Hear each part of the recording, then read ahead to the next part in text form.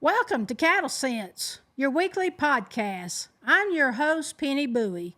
Today, I have with me a very special guest. He is one of the top cattle auctioneers in the industry today and just happens to be my dear father.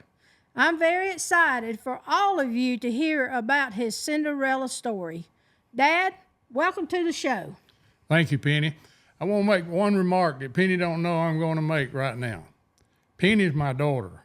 She can say some very flowery things about me and believe it and mean it.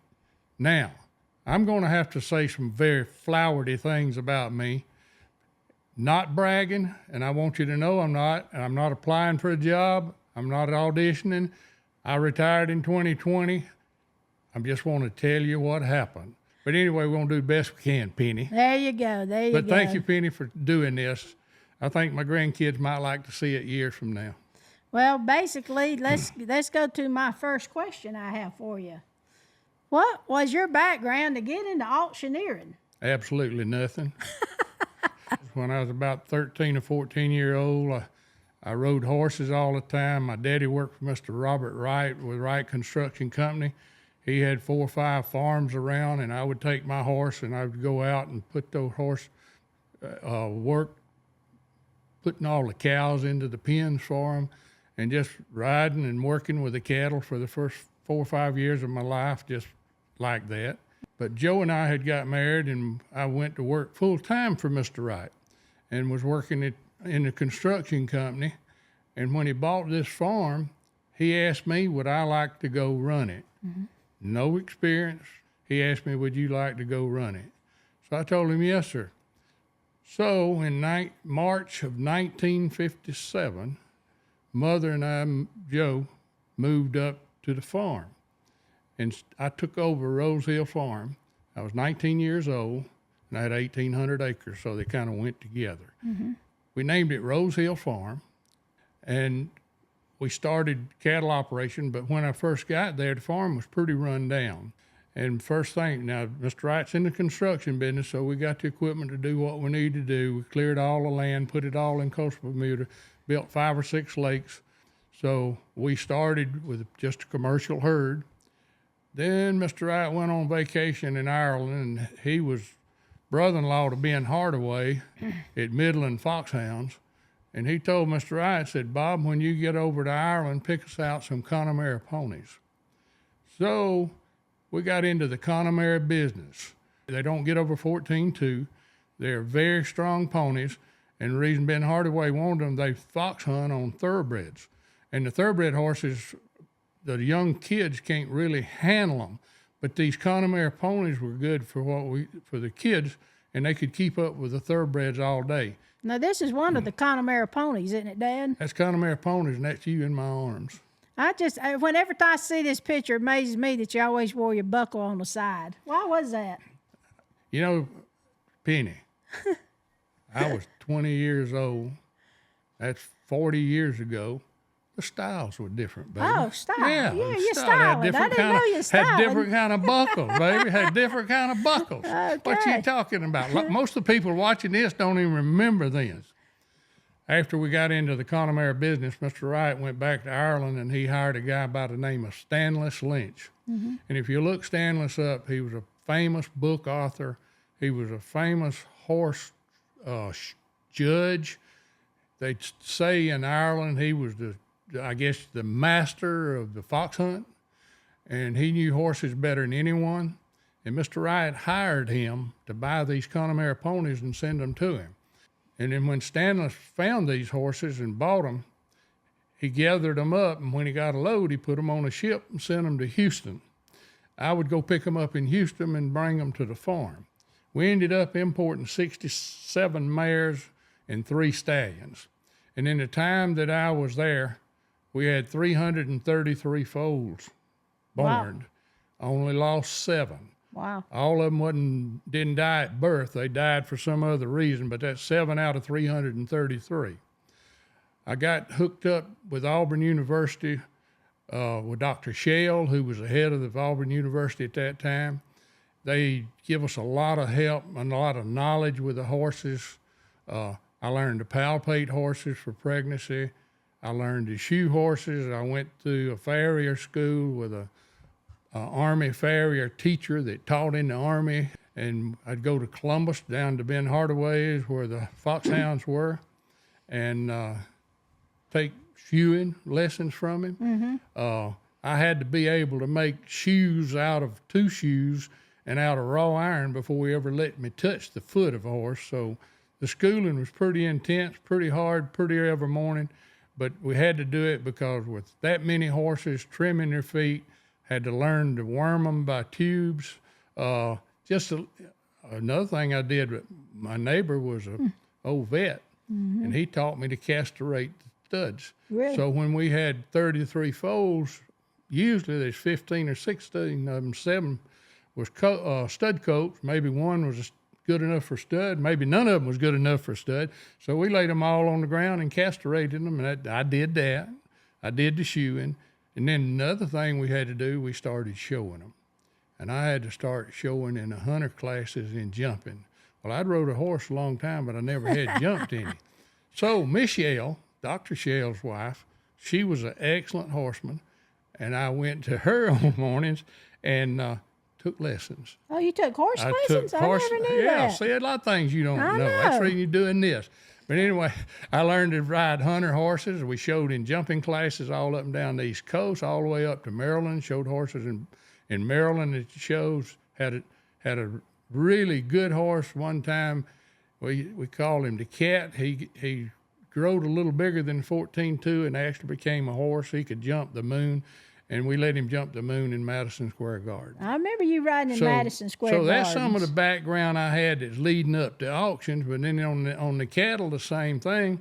The cattle, I had to learn to breed them AI. I had to learn to palpate them. I even had one or two that I learned to do a cesarean on. Oh, Lord. So we had to do a little thing, and also cows' feet had to be trimmed sometime. So all of this was background that I was learning over the 15 years that I was at the farm. Had auctioneering crossed my mind? No. I had gone to all the commercial sales up at the stockyard. My wife worked at the stockyards. My mother worked at the stockyards. We sold lots of cattle at the stockyard. Paul Rogers run the stockyard, and he was one of the best cowmen, just knowing cows and memory and all that I ever knew. He taught me a lot about cattle. I learned a lot from Stanley Lynch about the horses. I learned a lot from Dr. Shell at Auburn. I learned a lot from Miss Shell. And to answer your question, what background I had, I learned on the farm in the years that I was there from March of 57 until 1972, when Joe and I decided we'd do auctioneering full time. Let me tell you what happened, and nobody hardly believed it. Nobody would believe it, I don't guess, but we showed horses, and we showing Western horses some, along with the jumping horses, quarter horses.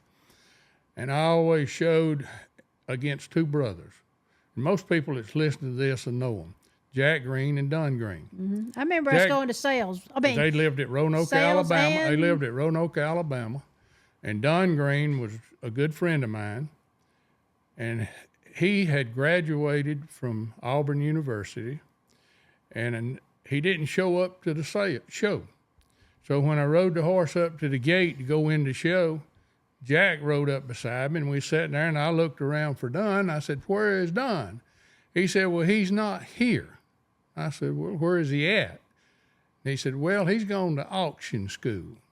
I kind of smiled. I said, "Well, good. They were tough competition. One of the three of us was going to win. Okay. Sometimes it wasn't me. Most time it wasn't me. But anyway, Jack said, he's gone to auctioneering school. I said, "Well, good. I will not have to fool with him this summer." He said, "Oh, no. He's just going to be gone 2 weeks." 2 weeks. Yeah, and the gate opened, and we went in. I didn't think any more about it. So that night, I got to talking to Joe, and I said, "Joe, that's something I could do for a hobby. If I could go to auction school and learn to sell, I might could do some little Saturday night sales." That was my biggest ambition.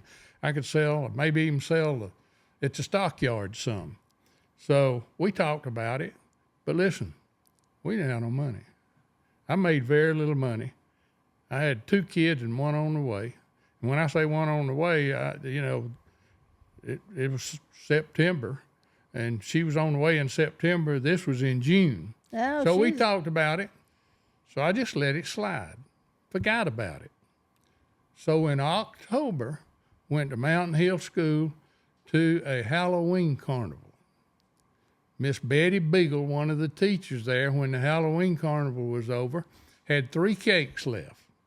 So she told me, said, Gerald, would you get up and see if anybody wants to buy these cakes? Now, she wasn't asking me to auction them off. That wasn't on her mind either. Wasn't on my mind. She said, want me just go up there and say, anybody want to buy the cake? Well, I went up there and I said, anybody want to buy the cake? Yeah, I give 25 and nothing over here, 50 and yes, some 75. So I sold 3 cakes that way. So when I got home that night, this was in October now, I told Joe, I said, I believe I could do that.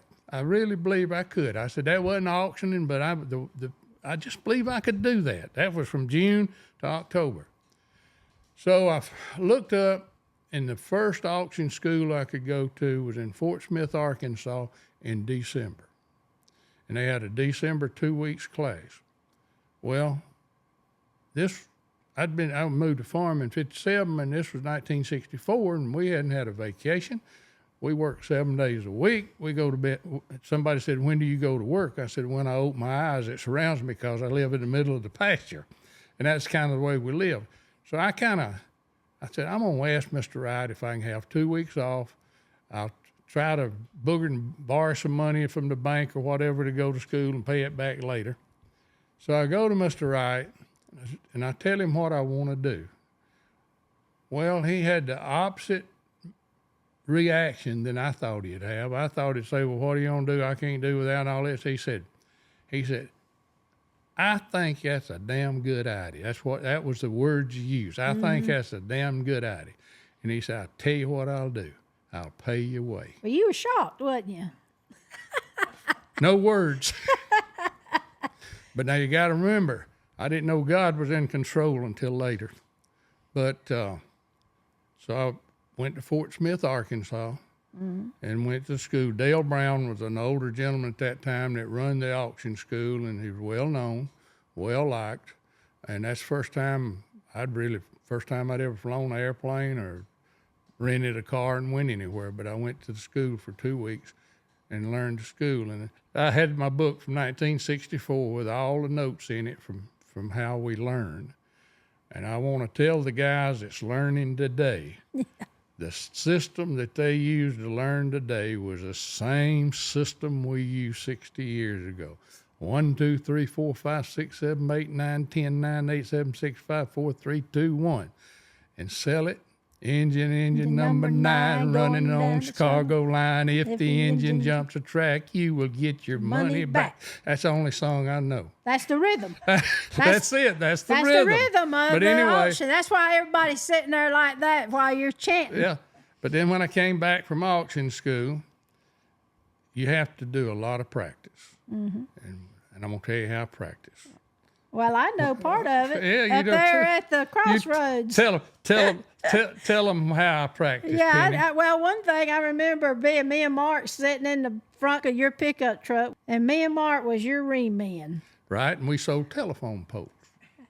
Telephone poles and cars going by. Yeah. Now, the thing about telephone poles, you can sell them fast or slow, depending on how fast you go. The cars come by, you have to kind of wait. See, one of the things about, and I'm going to talk a little bit about this, so some of the people listening might be interested in auction business. But one of the things about learning is when they're practicing, they change brackets on them every time. It don't happen that way.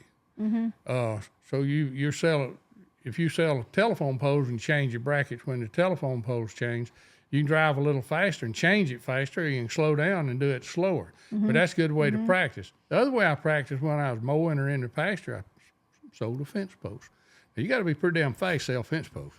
You got that moves good. That gets you going moving fence posts. Well, I remember me and Mark, every time a car go by the crossroads, we'd say, yeah, and you change the bid. Yeah. Folks, you listening out there, this is bringing back a lot of memories. It's bringing back a lot of heartaches and blood and a lot of things that we done to get this done and a lot of hard work to get where I was going. But this was the beginning. Yeah. Folks always ask, how do I get into business? How I learn to be an auctioneer? It's tough. It's practice, too. It's tough, but you got to practice. Practice. My first sale. Oh, boy, my first sale. I had a guy call me about 2 weeks after I come out of auction school. Now, how they knew I was I have no earthly idea how this guy called me. I don't know. I really don't. But he called me and said, Gerald, I hear you went to auction school and you're an auctioneer. I said, well, I went to auction school, but I'm not auctioneer yet. I'm trying. He said, well, I'm starting a sale over here in Waverly Hall, Georgia, and I'd like for you to come sell it. So on Saturday night, 7 o'clock, I show up in Waverly Hall. He's got what was formerly a T-model shop, I guess. It was about a 20 by 30 building made out of corrugated metal. And I think probably we might have sold something for 75 cents or $1. We might have got that high, but maybe even got up to $4 or $5. I paid $15 for Joe to have a rocking chair, and that was about the highest price thing that sold. But we started at 7, sold 12, and when it was over, he gave me a $10 bill. I was happy as a lark. I hadn't made $10 in a day in a long time. But I thought, well, maybe we're on our way. Then Calvin Floyd got a hold of it, and he started to sell in Columbus, and he wanted me to sell about basically the same thing. So I started selling for Calvin. And then Calvin moved up into a bigger building, and that's when we started selling y'all in the boxes. We'd put you in the box and Mark in the box and sell you.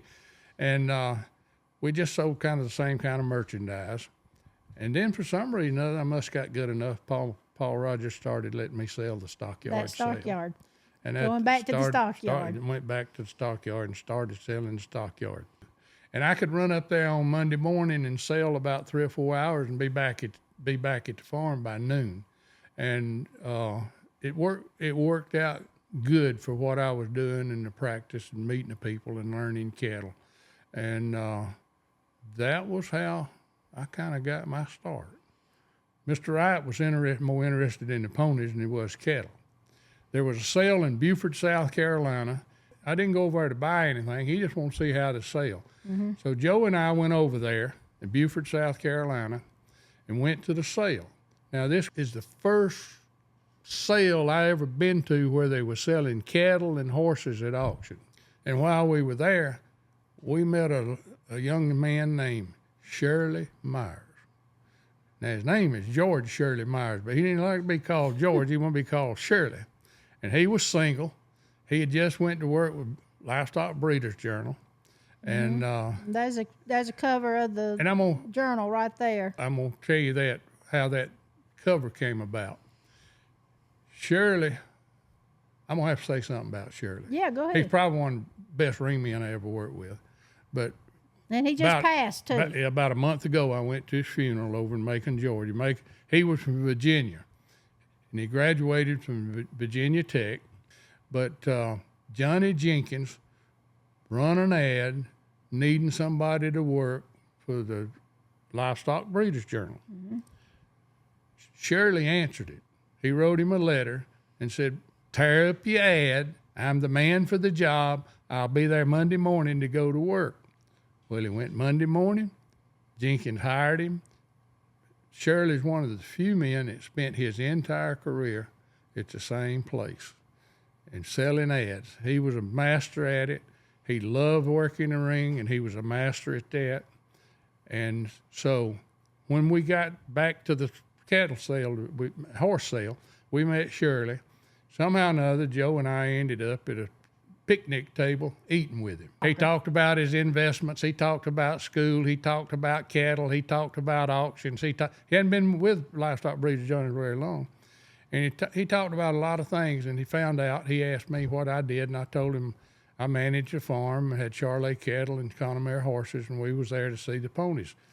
And I had went to auction school. I hadn't even started selling much. I'd just been to auction school. And he said, you been to auction school? And I said, yeah. I said, are you interested in auctions? And I said, yeah. Anyway, that kind of ended it. And then when the sale was over, Joe and I come home. Well, he knew I had Charolais cattle, and we're going to go back a little bit now.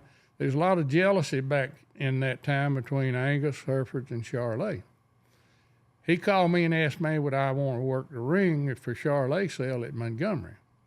I thought he was really wanting my services and really needed me, but what he didn't want to work a Charolais sale. He was afraid it'd make his Angus and Hereford breeders mad. So He anyway, was being politicking. yeah, he was politicking. But anyway, it was a great break for me. I went to Montgomery and I worked a Charolais sale, and evidently it must have went pretty good because a guy there from Florida that come up to me and said, Gerald, I like the way you work the ring. Would you come work the sale in Ocala? Oh. So I went and worked the sale in Ocala. And that's when I met John Culberth. And John Culberth was the main sales manager for Charolais cattle in the Southeast. And that's when I kind of got interested in the purebred business. Now, you see that ad up there. Mm-hmm. Myers come to the farm to sell that ad. And while he was there, he asked me, he said, how serious are you about this auction business? And I said, well, I hadn't really had a chance to think about it. I love what I do, and here at the farm, I enjoy managing it. And he said, well, you got one of the nicest farms I ever been on. And he said, your cattle are great. So I know you know something about cattle, and all your horses are beautiful and everything, but I thought maybe you might do good in this auction business. I said, I'd really like to give it a shot. And he said, well, let's go over here under this big tree and sit down.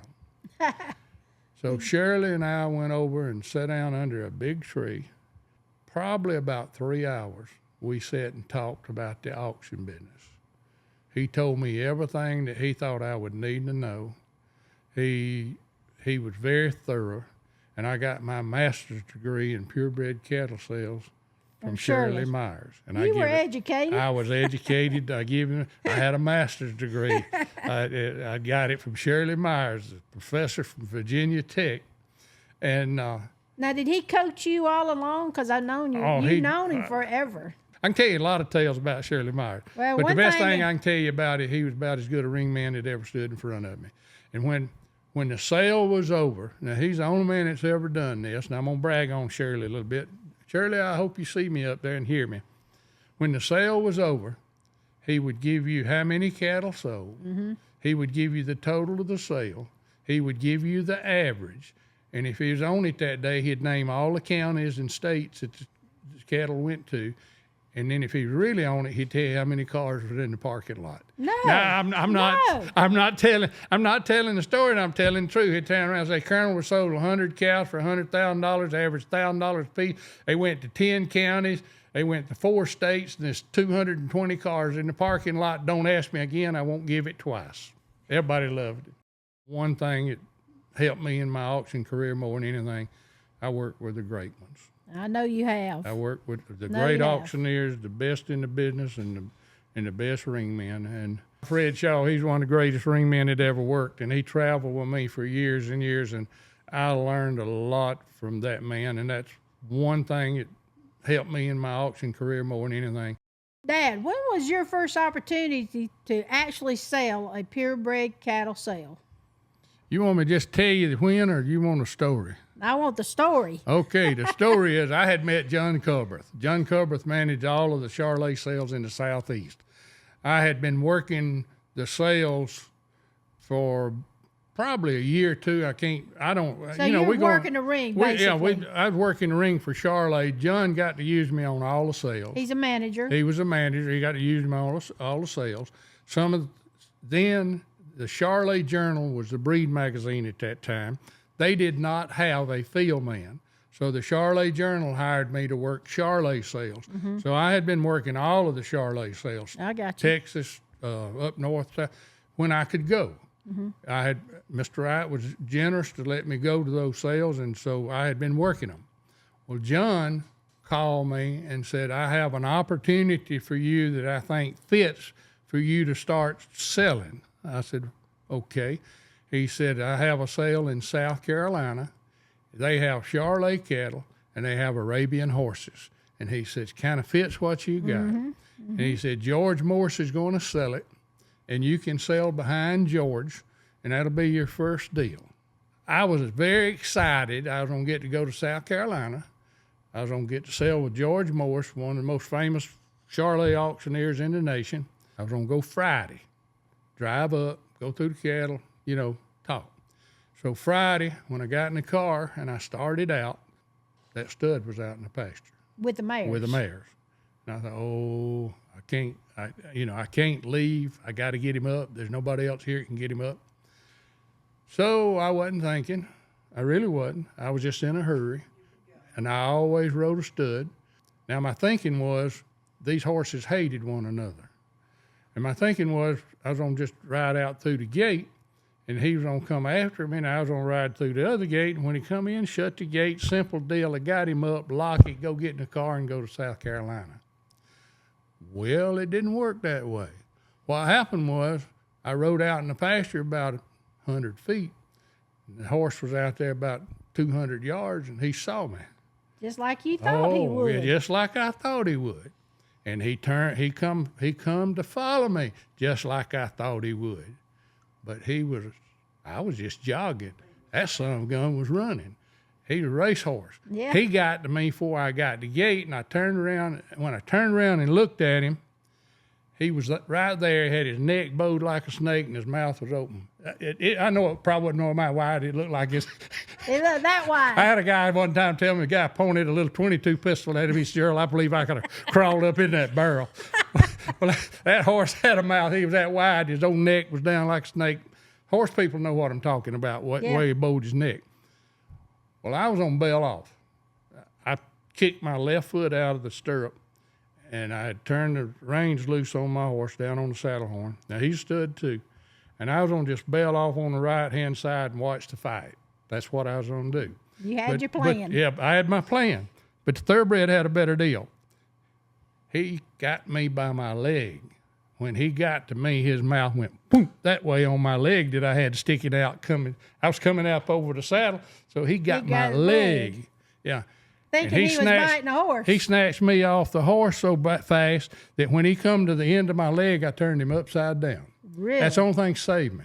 When he turned him upside down, Bay Joe never seen him, never paid any attention to him, and he loped right through the gate. And I hobbled over on my bad leg while he was getting up and slammed that gate in his face before he come in. And there we were. All I could do was roll out in the road and holler and see the bone in my leg and carry me to the hospital. And I had to call John and tell him I couldn't sell. But I'm going to tell you in big capital letters, that was done on purpose. That was the only way God could keep me from going to South Carolina.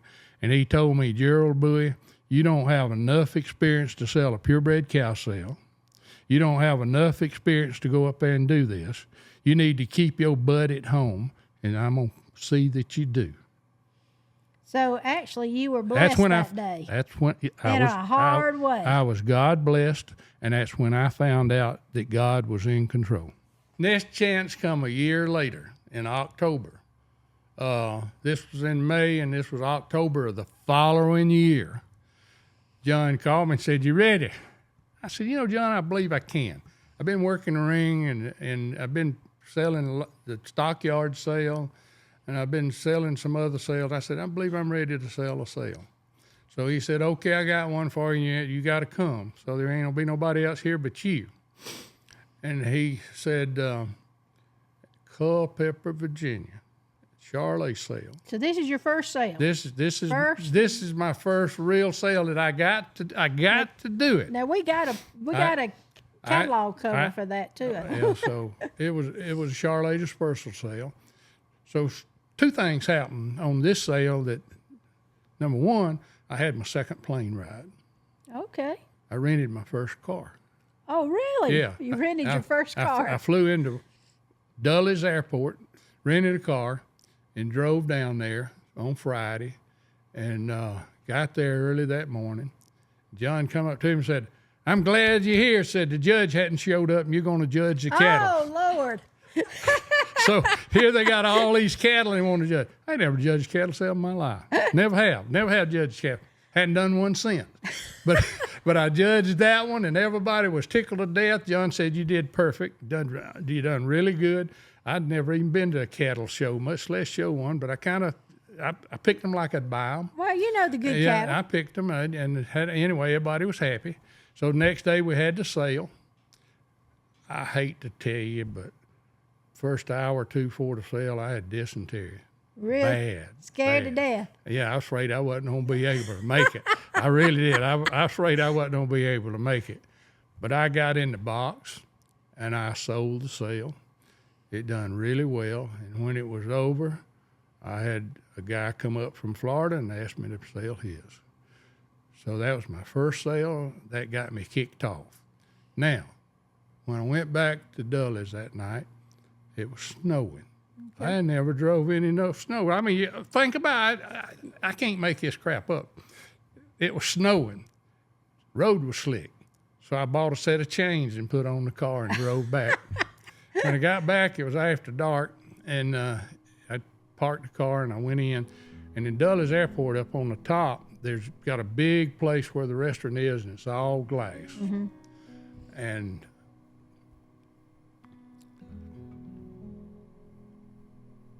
I'm sorry. I sat there in that room and looked out that glass, and I thought of that lady sitting right there, my wife, Joe. I thought, you know, God, you have given me something that I never thought I'd have, and that's the ability to really care for my family. I've never had a feeling like it again. It was just one of those feelings that come across you that you just know something is right, something has happened. And it did. You got me all teary-eyed now.